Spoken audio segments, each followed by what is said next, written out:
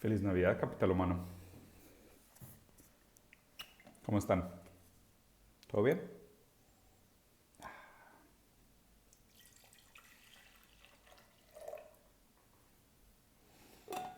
¿Cómo les fue de Navidad? ¿Qué les trajo Santa? Justo lo que querían para saciar sus deseos y dejar de desear. Ahora sí, se sienten todos completos y no les falta nada en su vida. Pueden retirarse a una comuna en medio de la naturaleza. No, ¿verdad?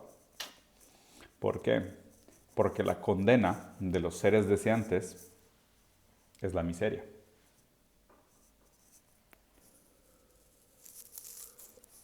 Y me parece interesante cómo esa conclusión, no solo que es una conclusión sumamente budista, de decir que el deseo es la fuente de todos los sufrimientos, sino que pues es la misma conclusión psicoanalítica, lacaniana, freudiana, de la falta. Es no solo lo que nos motiva a caminar, sino que la condena de la existencia. La vida es sufrimiento, ¿por qué? Porque deseamos, porque no nos sentimos completos con nada. Pero pues para eso está la Navidad, todo está bien. Te traen un pequeño regalo de Amazon y durante un segundo crees que era justo lo que te faltaba.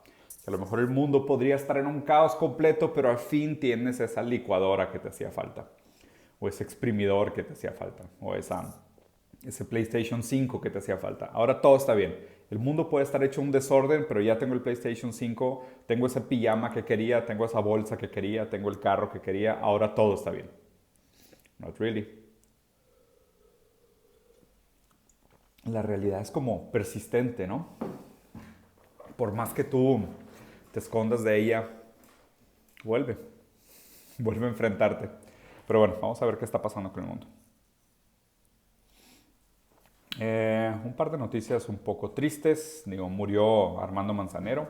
Estuvo entubado la semana pasada. Es un escritor, cantautor muy famoso en México y en Latinoamérica. Unas canciones chulísimas que la verdad es que vale la pena, cañón, escucharlas. Ahorita en Estados Unidos está fuerte el tema del estímulo anti-COVID, que le van a dar un cheque de $2,000 a las personas, que Trump al principio no quería, iban a ser 600.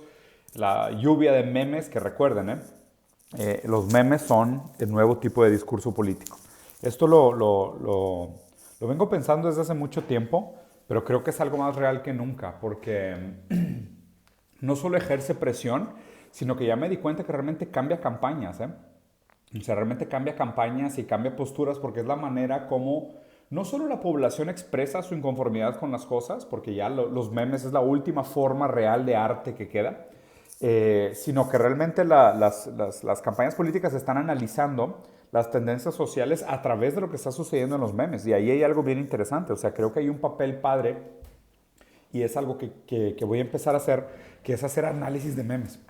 Perdón.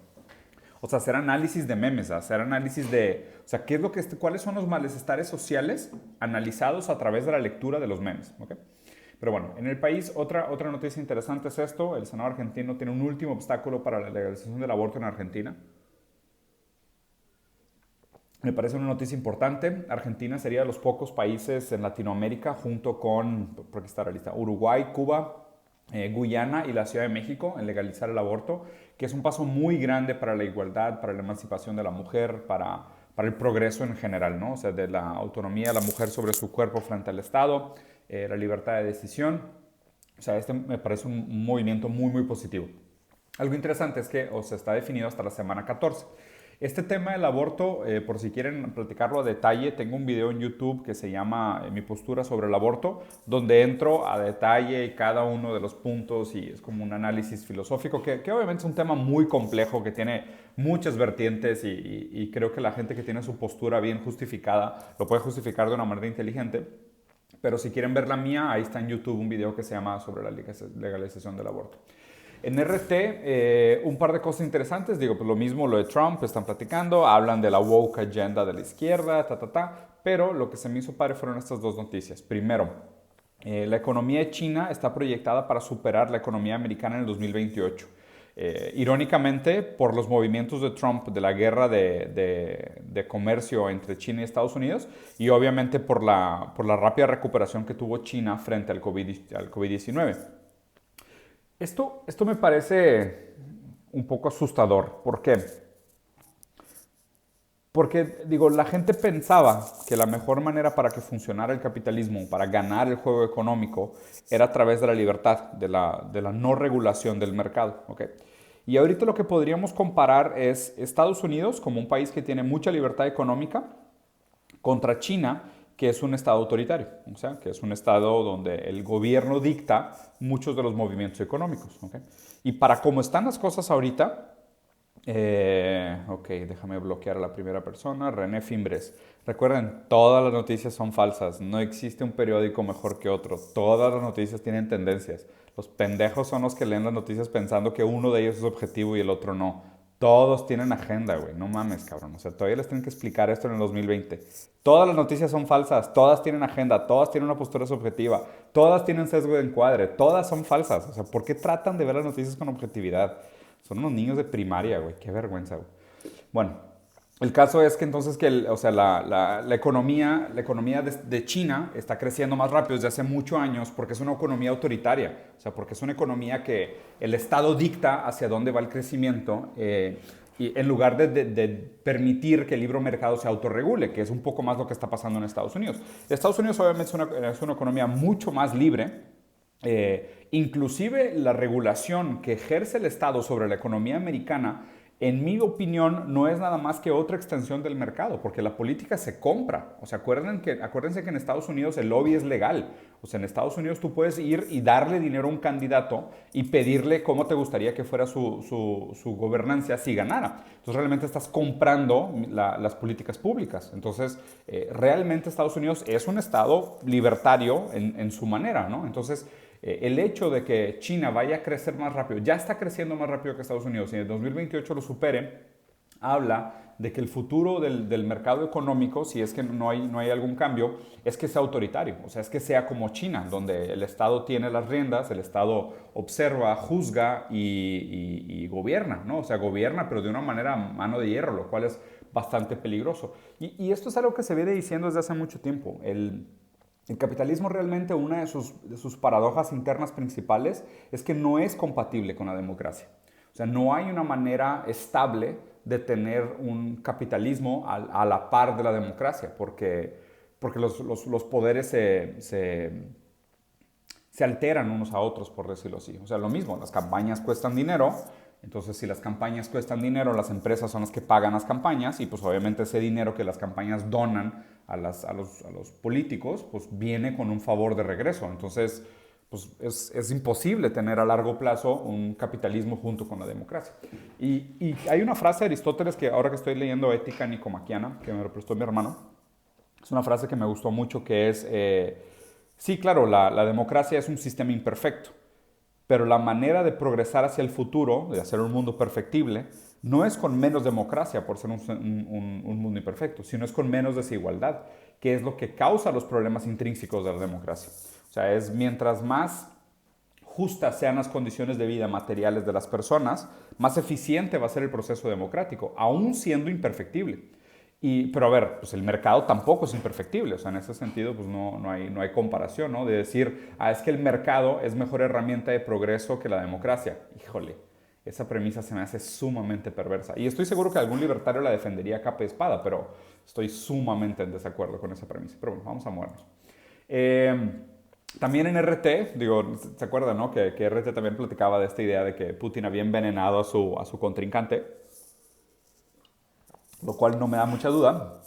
Sacan este tipo de noticias de tipo, ¿quién podría ser el próximo presidente eventualmente cuando Putin se retire? Eventualmente, raza, o sea, no es para hoy, pero para que sepan que nosotros también todavía jugamos a la democracia, aquí vamos a ponerte 8 nombres de quiénes podrían ser los contrincantes de Putin eventualmente. Y hay una persona que tiene 59%, otro que tiene un 3%, ¿no? Que son números bastante bajos, pero pues a fin de cuentas lo que ha logrado Putin con Rusia sí es algo extraordinario. O sea, y también me parece absurdo pensar que para la gente que conoce la historia de Rusia, Rusia no podría haber salido de la Unión Soviética a una democracia social, liberal, abierta, progresista en una generación. O sea, es una estupidez. O sea, cualquier persona que sabe historia, o sea, el tiempo que las naciones se adaptan, pues es lento. O sea, hay toda una adaptación cultural. Vean la historia de Rusia. Es imposible pensar que Rusia hubiera de que, ok, se acabó la Segunda Guerra Mundial, perfecto, vamos a poner una democracia progresista liberal. A ver, venían de zares, de dictadores, o sea, era obvio que iban a tener un líder autoritario fuerte. O sea, es algo cultural ruso también. Me parece absurdo que pensáramos que iban a dar este brinco. Pero no quita que eventualmente sí lo logren. O sea, que logren imponer una democracia más madura, más funcional, más representativa realmente para el futuro. Pero pues quién sabe cómo estaría Rusia. Es más, Rusia probablemente estaría igual de jodido que Latinoamérica si hubieran puesto una democracia chafa, fácilmente manipulable por Estados Unidos después de la Segunda Guerra Mundial. O sea, Rusia estaría peor que Latinoamérica. Y Rusia no, o sea, Rusia está en una posición fuerte, o sea, es uno de los países poderosos económicamente a nivel global. En Al Jazeera, una noticia rompecorazones, una mujer que es una activista por los derechos de la mujer fue sentenciada a prisión. ¿Okay? Lo interesante de esta noticia es que a esta mujer, no voy a poder pronunciar su nombre, entonces ni voy a tratar, haría un desgarre con su nombre, a esta mujer la sentenciaron usando guerras de terrorismo, o sea, usando leyes de terrorismo, como diciendo, ¿dónde están? En algún lugar, aquí está pursuing, mira, ahí está. La metieron a corte porque era agitación por el cambio, pursuing a foreign agenda, o sea, persiguiendo una agenda extranjera y usando el internet para dañar el orden público. ¿Okay? Estas fueron las tres cosas por las cuales la metieron a la cárcel y usaron leyes de terrorismo para meterla a la cárcel. ¿Okay? Lo importante de este lenguaje, para un reaccionario o para un conservador, las personas que promueven el cambio son terroristas porque vienen a destruir un estilo de vida. ¿Okay? O sea, pero piensen profundamente esta frase. Para un conservador o para un estado conservador o una ideología conservadora o reaccionaria, peor todavía, los que vienen a buscar transformación y cambio social, o sea, ella está hablando de la igualdad para la mujer, no es como que vino a decir pro aborto y cosas como lo que están pasando en Argentina, no, o sea, vino a buscar más igualdad para la mujer en los estados saudíes. Ella es una terrorista. ¿Por qué? Porque chocar un avión en las Torres Gemelas es lo mismo que cambiar un estilo de vida ancestral que viene construyéndose con la cultura saudí de hace mucho tiempo. O sea, la trataron como terrorista. ¿Okay? Entonces aquí la pregunta es, ¿qué quieren conservar los conservadores? ¿Qué quieren conservar los conservadores? ¿Qué es lo que protegen los conservadores? Digo, claro, la historia tiene que ser respetada. O sea, lo mismo que dije de Rusia es válido en el sentido de no puedes esperar que los cambios sean bruscos, transformacionales y de la noche a la mañana. O sea, los cambios tienen que ser paulatinos y tienen que ser progresivos. O sea, poco a poco, incrementales, ir buscando. Yo no soy revolucionario, yo no creo en esas cosas. O sea, me parece que el costo humano es inaceptable. Pero sí deberíamos de buscar un progreso. O sea, ahí sobran estadísticas para decir que las sociedades con mayor igualdad tienen mayor prosperidad y mayor felicidad. La pregunta es, ¿por qué no permitir igualdad de género? ¿Por qué conservar el estilo de vida, la hegemonía cultural, ideológica en un país? ¿Qué quieren conservar los conservadores? En Estados Unidos la verdad es que esta es la gran noticia, o sea, el paquete de estímulos fiscales de $2,000 para todos los americanos. Obviamente a medida que esto se aprueba, pues los stocks van a subir, por supuesto, porque inyectan dinero a la economía. ¿Y por qué? ¿Por qué necesita la bolsa de valores un estímulo fiscal de $2,000 por americano para crecer? ¿Por qué? ¿No genera valor por sí sola la bolsa de valores? ¿Qué pasa? ¿Por qué depende del Estado haciendo inyecciones de capital para crecer la bolsa de valores? Qué extraño. Qué interesante, ¿no? Entender la relación entre estas dos cosas. Pero bueno, me parece más que obvio, pero la gente como que se tarda en hacer esa asimilación, entonces voy a dejar que lo piensen un ratito. El caso es que, digo, esta medida no importa quién la pase, ni de nuevo acuérdense, o sea, esta es la medida más socialista que existe y si la está pasando Trump, entonces votaron por un socialista. De hecho, mañana voy a grabarles un video sobre el populismo de izquierda y derecha que estoy investigando y hablo un poquito sobre este tema, ¿no? Sobre cómo en el populismo es muy difícil identificar realmente cuál es la ideología que defiende un candidato. Y a grandes rasgos hoy lo que tenemos en el mundo es, pues, la gran mayoría de los candidatos y los políticos son populistas, porque el juego de la política se volvió un juego de popularidad, lo cual es muy malo para las ideologías, porque hace que la gente se identifique con una sin entender realmente lo que es y vote por una sin entender lo que es y después las acabe defendiendo simplemente por sesgo de confirmación sin saber lo que está defendiendo. Esta noticia también está interesante, que es justo lo que les decía. O sea, Alibaba es esta gran e-commerce platform y micropayment platform que está en China, que es del emprendedor este, que es otro idiota, güey. ¿Cómo se llamaba? Se me fue su nombre, güey. Ah, chingados, güey. Bueno, se me fue el nombre, pero es un señorcito que tiene como cabeza de alfiler y en algún momento, de hecho, se aventó un debate con Elon Musk. Que, a ver, o sea, que Elon Musk lo hizo ver tonto a él. Para que Elon Musk haga ver tonto a alguien, tiene que ser realmente un asno, o sea, tiene que ser un imbécil. Para que Elon Musk te haga ver ignorante, Jack Ma, exacto, tienes que ser lo peor del mundo para que Elon Musk te haga ver tonto. Bueno, el caso es que el gobierno de China le puso restricciones, o sea, le dijo de que, oye, a ver, perdón, cafecito. O sea, no te pongas a hacer estas cosas, no te salgas. ¿Te acuerdas que tenía un plan súper agresivo de microcréditos y digitalización de la moneda y tenía un plan sumamente agresivo de la privatización de la digitalización de la moneda? Y el gobierno de China le dijo, no, papá, vete para allá. Y su empresa se fue, creo, de 859 billones a 500, aquí está, a 586 billones por las sanciones que hizo el gobierno de China. Y de nuevo, vean la diferencia. O sea, imagínense que el gobierno de Estados Unidos le dijera a Jeff Bezos de que, oye papi, ¿sabes qué? Relájate con eso del espionaje, o tú, Mark Zuckerberg, relájate con eso del espionaje y vender información, no queremos que trabajes con eso. Imagínate qué pasarían con las acciones de Amazon y Facebook y Google, ¿no? Pero obviamente Estados Unidos no hace eso. ¿Por qué? Porque el gobierno de Estados Unidos nada más es que otro mecanismo de mercado. O sea, no es realmente un organismo regulador.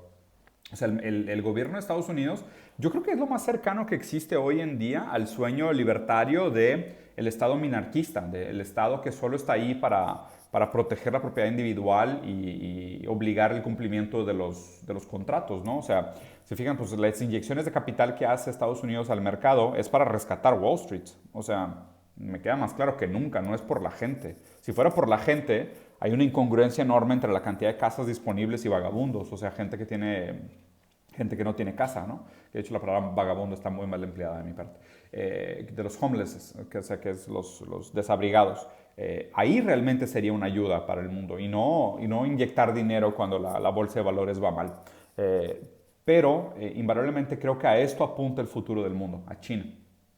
O sea, China va ganando la guerra de la hegemonía de poder y cuando eventualmente Estados Unidos pierda su hegemonía de poder, que a ver, que eso es otro tema sumamente preocupante. ¿Cómo va a ser ese proceso de transición cuando se dé eventualmente? Porque todas las grandes hegemonías de la historia han caído. O sea, el Imperio Romano cayó, el Otomano cayó, o sea, todos los grandes imperios han caído en la historia. ¿Qué va a pasar cuando sea la caída del Imperio Americano? O sea, cuando Estados Unidos pierda la hegemonía de poder global. A mí me parece que va a ser algo bastante bélico, para empezar, porque Estados Unidos es un país bastante bélico. Y creo que van a mentir y acusar y empujar dedos y echar culpas para todos lados y a ver si no queda peor de lo que está. Pero bueno. En New York Times la verdad es que las pláticas están bastante similares. Hubo un primer atentado en Estados Unidos, que de hecho ya llevamos casi todo el año estaban desempleados todas las gentes que hacen asesinatos en escuelas y que hacen bombas en plazas públicas y demás. Y pues nada, pues ya hubo la primera. Digo, no hubo tanta gente, entonces estaba medio solo, como que el vato no sabía dónde poner la bomba, porque pues como cada quien estaba en su casa, dijo, pues no va a ser muy eficiente mi atentado, ¿no? Pero bueno, pero el caso es de que se llevó un buen pedazo del centro de Nashville este señor de 63 años. La noticia que sí quiero analizar es esta. Cómo la pandemia estaba matando muchas universidades de nivel socioeconómico medio y medio bajo. A ver, la educación en Estados Unidos es un negocio rentable para algunas pocas universidades. Para las universidades de alto nivel es un negocio sumamente rentable. De hecho, creo que uno de los negocios más rentables del mundo es Harvard, porque Harvard sobrevive operativamente a base de donaciones, que es los señores ricos que hacen donaciones millonarias para meter a sus hijos a Harvard. Y aparte cobra tuitions, o sea, los cobros universitarios son pura ganancia. Creo que son más rentables inclusive que las marcas de lujo tipo Gucci, Prada, Birki y la madre. El caso es que esto no es la realidad de muchas otras universidades. ¿Pero por qué? Porque a grandes rasgos el retorno de inversión de la educación es malísimo. O sea, el retorno de inversión de educación es muy malo. Y acuérdense, o sea, obviamente hay millones de falacias narrativas de casos en contra de esto. Pero recuerden, la educación, a grandes rasgos, no ha hecho nada para frenar el crecimiento de la desigualdad económica. O sea, si nos creímos esta mentira toda la vida. Y a ver, tal vez en algún momento fue verdad, ¿eh? O sea, ahorita es mentira. No dudo que en algún momento histórico haya sido verdad. ¿A qué me refiero? Que la educación aumentaba tus probabilidades de éxito económico. O sea, en algún momento de la historia esta era una verdad abrumadora porque había una carencia enorme de mano de obra capacitada.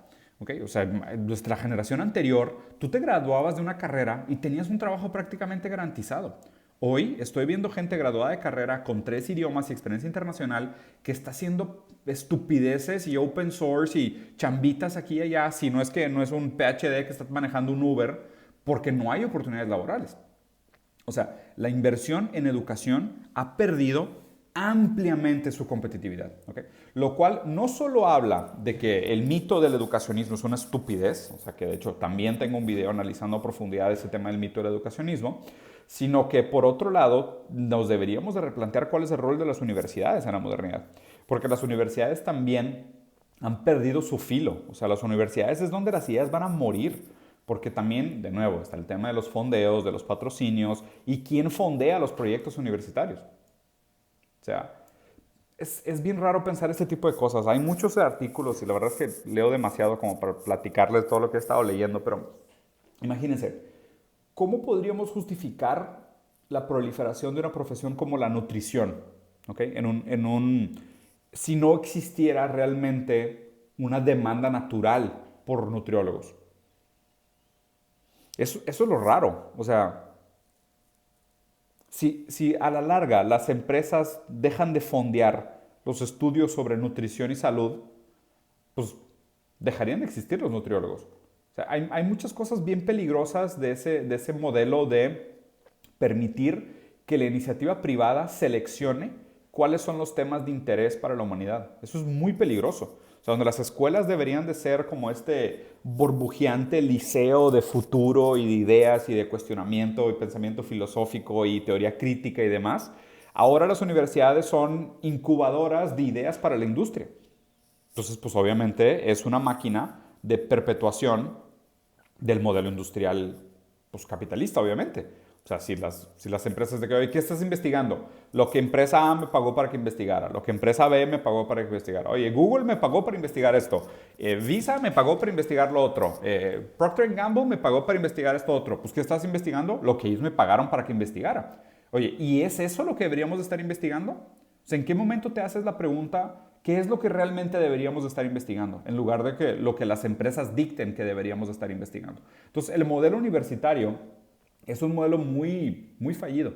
Por ejemplo, la pregunta, ¿tú quieres que tu hijo vaya a la universidad? Yo prácticamente lo voy a obligar a estudiar programación. O sea, yo ya me hice la idea de que, o sea, voy a ser ese papá horrible que lo va a obligar a estudiar programación y después si él me odia, que estudie cualquier otra cosa. Pero yo creo que los programadores son de los últimos que van a quedarse sin empleo en la economía moderna.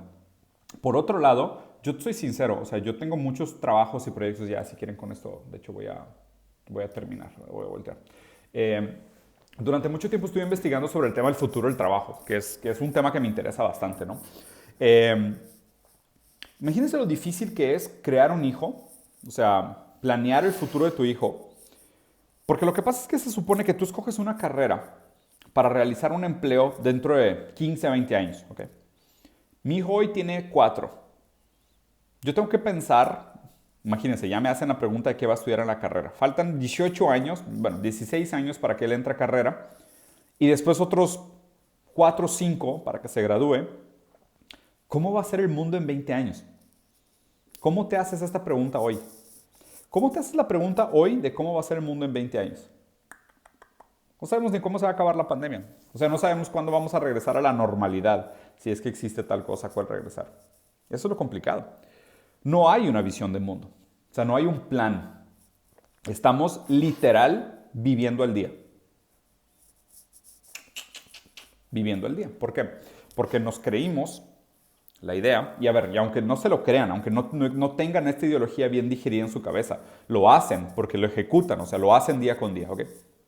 ¿Por qué el capitalismo es la mejor solución? Porque es un mercado de futuros. ¿A qué se refiere con un mercado de futuros? Es un filtro de utopías.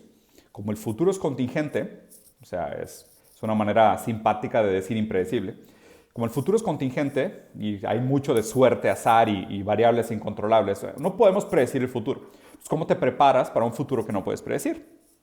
Dejas que el mercado lo filtre. El mercado es la manera como la gente va filtrando las utopías y la gente va votando por utopía A contra utopía B y dejamos que sea de un proceso como pseudo-democrático de filtro a través del mercado, donde cada centavo es un voto por una visión del futuro. El problema es que, vean cómo se ha pervertido esta idea. O sea, la noción de lo que era realmente el rol del mercado, que a ver, en una sociedad funcional sí tiene que existir un mercado. Mi punto es que el mercado no puede ser la fuerza principal hegemónica de que determine el futuro de la humanidad. O sea, ese es mi punto. O sea, si me han escuchado lo suficiente, si me han entendido lo suficiente y si me ha explicado lo suficiente, porque tal vez también nunca me he explicado bien, mi punto es que los mercados tienen valor, los mercados sirven para algo. Como herramientas son muy buenas. El mercado como líder, como el que determina la visión del futuro y el desarrollo de la humanidad, es una catástrofe. Ese es el problema que tenemos hoy. Estamos completamente en manos del mercado. Pero el mercado no tiene ninguna intención más que generar ganancias. Y generar ganancias raramente está alineado con el bienestar de la humanidad. Ese es el problema que tenemos hoy. Y de hecho, pues ahora que viene la nueva cepa del coronavirus, que ya están diciendo que está mutando y todas estas cosas, es muy difícil hacer planes a largo plazo de decir qué va a pasar con la educación, qué va a pasar con la economía, qué va a pasar con nuestro futuro, con nuestros hijos. Y aquí justo es donde voy a hacer un video mañana sobre esto, entra el populismo. Porque el populismo quiere dar respuestas fáciles para preguntas difíciles. Y no debería ser así. Pero bueno, buen lunes, por aquí los dejo. Si les gustó, comenten, piquen el share, piquen a todos los botones. El algoritmo todavía nos domina, no nos queda de otra. Adiós.